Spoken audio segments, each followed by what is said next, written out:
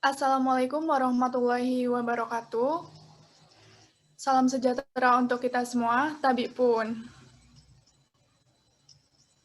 Kami dari kelompok 1 ingin mempresentasikan hasil diskusi kami untuk memenuhi tugas mata kuliah media pembelajaran berbasis ICT dengan dosen pengampu Bapak Lungit Wicaksono SPD MPD.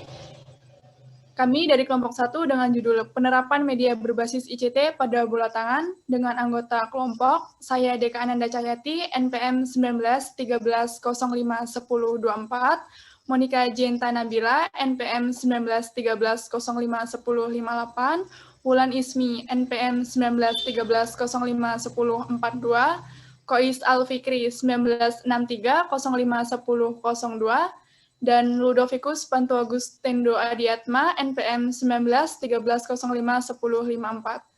Selanjutnya, materi yang pertama akan disampaikan oleh saya, Deka Ananda, mengenai tujuan penerapan media berbasis ICT pada bola tangan. Jadi, penerapan media berbasis ICT pada bola tangan ini tidak semata-mata tanpa tujuan. Jadi, di sini ada beberapa tujuan yang kami terapkan pada ICT pada bola tangan yang kami buat. Yang pertama itu menciptakan proses pembelajaran yang lebih menyenangkan. Jadi dengan menggunakan media berbasis ICT pada bola tangan pada siswa akan membuat siswa merasa lebih menyenangkan pada saat mengikuti mata pelajaran di sekolah. Jadi yang kedua, melatih kelincahan gerak siswa. Yang ketiga, menciptakan proses pembelajaran yang tidak monoton. Jadi dengan menggunakan peralatan elektronik pada bola tangan yang diterapkan itu menciptakan proses pembelajaran yang tidak monoton. Yang keempat, mengembangkan pemikiran bahwa siswa akan belajar lebih bermakna sehingga menciptakan daya ingat yang tahan lama. Jadi proses pembelajaran yang unik, yang nggak biasa dari yang biasanya, itu akan menciptakan daya ingat yang kuat di pikiran siswa. Jadi itu akan membuat siswa lebih lama mengingat itu. Selanjutnya, itu menanamkan sikap bekerja sama dalam tim. Oke, selanjutnya materi yang kedua yang akan disampaikan oleh Kois Alfikri. Kepada Kois Alfikri, saya persilakan. Terima kasih Deka Ananda sebagai moderator. Yang kedua adalah alat-alat yang dibutuhkan ketika pembelajaran ICT. Yang pertama adalah bola. Bola untuk alat peraga utama. Yang kedua, kun atau corong yang digunakan sebagai tantangan agar siswa tertantang untuk bergerak lincah saat mendribel bola. Dan yang ketiga, proyektor dan komputer tentunya, yaitu alat yang digunakan agar siswa punya acuan saat melakukan syuting. Contoh, siswa melakukan syuting ke arah tembok untuk mengenai lampu yang sudah dipantulkan dari proyektor ke tembok. Jadi, gunanya proyektor dan komputer ini adalah untuk memantulkan cahaya ke tembok, kemudian bola yang dipegang oleh siswa itu dilemparkan ke tembok yang sudah ada cahaya dari pantulan proyektor tersebut. Yang keempat, speaker dan salon musik. Digunakan agar siswa dapat melakukan kelincahan pada bunyi yang berbeda, karena setiap bunyi akan bertambah cepat. Terima kasih. Baik, selanjutnya materi yang ketiga yang akan disampaikan oleh Kois Alfikri mengenai lokasi yang digunakan. Kepada Kois Alfikri, saya persilakan. Oke, terima kasih. Lokasi yang digunakan adalah lapangan indoor. Tentunya lapangan indoor ya, karena kalau di outdoor bertabrakan dengan cahaya yang lain. Kalau di indoor kan dia lumayan gelap dan juga cahaya bisa bertambah jelas dari proyektor tersebut. Karena penerapan media berbasis ICT pada bola tangan ini memerlukan ruangan yang lebar sekaligus memiliki tembok sebagai pemantul gambar dari proyektor. Namun, jika tidak terdapat fasilitas lapangan indoor, di sekolah bisa menggunakan ruang kelas dengan menyingkirkan bangku-bangku dan meja-meja terlebih dahulu.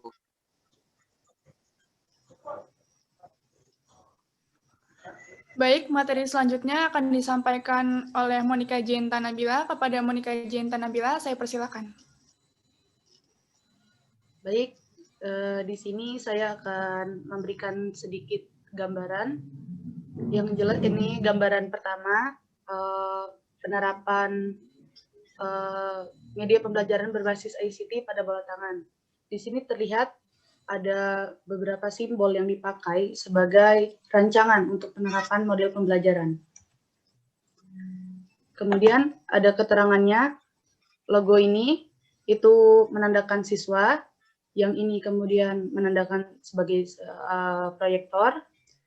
Logo ini menandakan sebagai kun, logo yang ini menandakan sebagai tembok, dan logo terakhir menandakan sebagai arah bergerak siswa. Petunjuk pelaksanaan untuk formasi yang pertama, satu tim terdiri dari 6 orang. Kemudian orang pertama pada setiap banjar melakukan dribble sampai ke kun. Setelah sampai pada kun, siswa melakukan syuting pada tembok yang terdapat pantulan gambar dari proyektor. Setelah melakukan syuting, orang pertama mengambil bola dan melakukan chest pass pada orang kedua. Untuk gambaran lebih jelasnya akan saya tampilkan video rancangan formasi 1.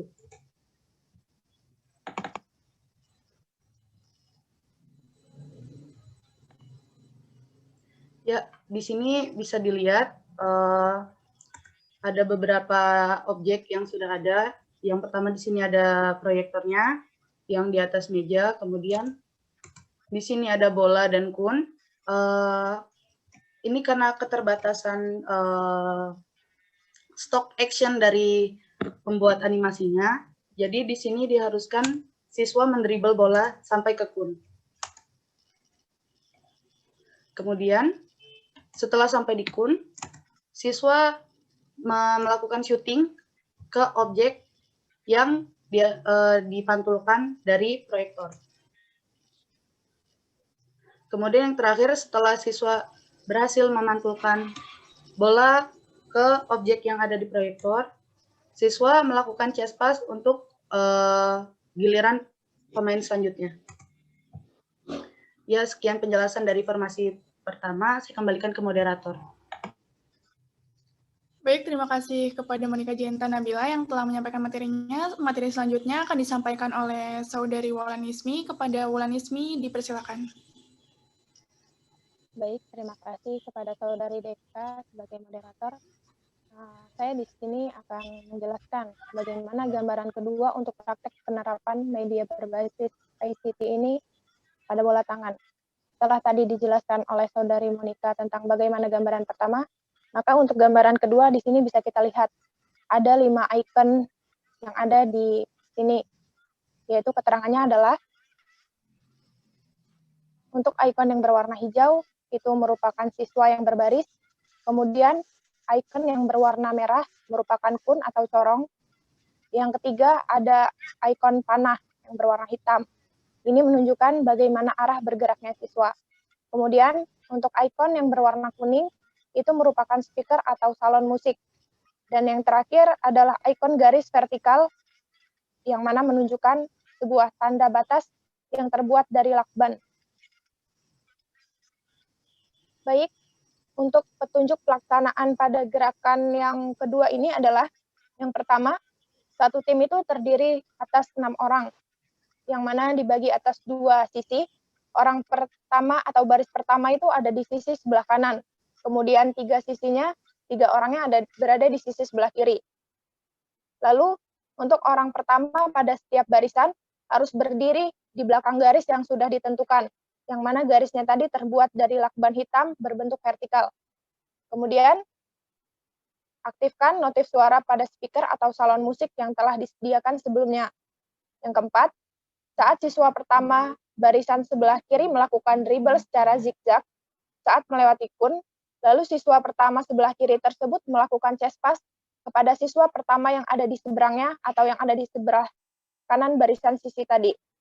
Kemudian setelah orang pertama melakukan chest pass, orang pertama tersebut move ke barisan depan.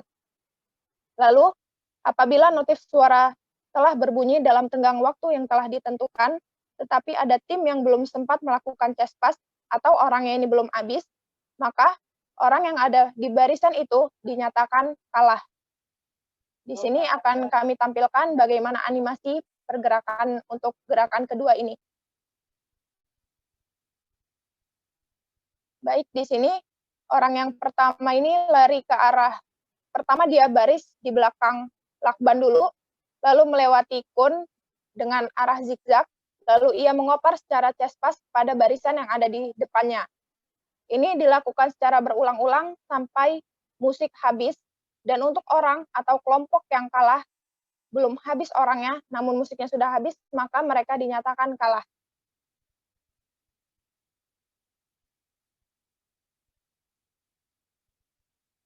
Operan yang dilakukan adalah operan cespas.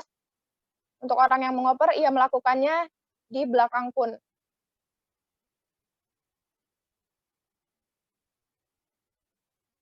Kemudian ia move ke belakang barisan yang tadi bola dia oper.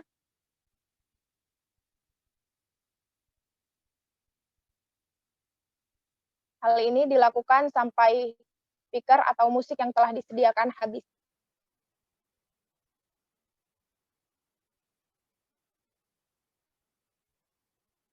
Oke, selanjutnya saya kembalikan kepada moderator.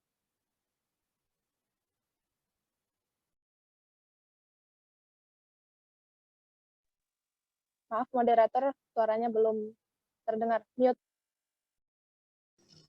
Terima kasih kepada Saudari Wulan Ismi yang telah menyampaikan materinya. Selanjutnya, materi tentang manfaat permainan handball pada siswa akan disampaikan oleh Saudara Ludovicus. Kepada Ludovicus Pantuagus Adiatma, dipersilakan. Baik, terima kasih untuk moderator. Materi selanjutnya yaitu manfaat permainan handball pada siswa. Yang pertama itu melatih ketepatan syuting siswa pada objek yang telah ditentukan. Nah, jadi di poin pertama ini tadi sudah ada contohnya di formasi yang pertama, yaitu di mana siswa harus mengenai objek yang proyektor itu sudah sorot. Jadi proyektor itu nampilin gambar, kayak nampilin objek, jadi siswa tuh harus men-shooting ke arah objek tersebut. Nah, jadi di situ dia bisa melatih ketepatan syuting siswa. Kemudian untuk yang poin kedua, yaitu melatih kelincahan saat melakukan dua gerakan, yaitu dribbling dan berlari maupun syuting dan berlari. Nah, untuk di poin kedua ini juga tadi ada di formasi nomor 2, yaitu lari secara zigzag. Nah, di situ siswa dituntut untuk gerak cepat untuk melewati kun tersebut dengan cara zigzag itu tadi. Nah, di situ dia melatih kelincahan. Kemudian untuk poin 3 yaitu meningkatkan sikap kerjasama dengan tim. Nah, ini saya ambil contoh tadi di formasi nomor 2. Jadi dia dibikin regu, satu regunya ada 6 orang. Nah, di situ siswa berusaha untuk gimana caranya bisa menang. Nah, di situ dia saling kerjasama dengan timnya untuk mencapai kemenangan. Nah, kemudian untuk yang terakhir, poin keempat, yaitu memaksimalkan detak jantung. Nah, di permainan handball ini kan dituntut fisik yang kuat. Nah, jadi kita untuk terus melatih fisik, melatih pernapasan, nah di situ dapat memaksimalkan detak jantung. Sekian, saya kembalikan ke moderator. Baik, terima kasih. Itu dia presentasi dari kelompok 1 dengan judul penerapan media berbasis ICT pada bola tangan. Apabila ada salah kata, kami mohon maaf. Kepada Allah kami mohon ampun. Kami akhiri. Wabillahi taufiq wal hidayah. Wassalamualaikum warahmatullahi wabarakatuh.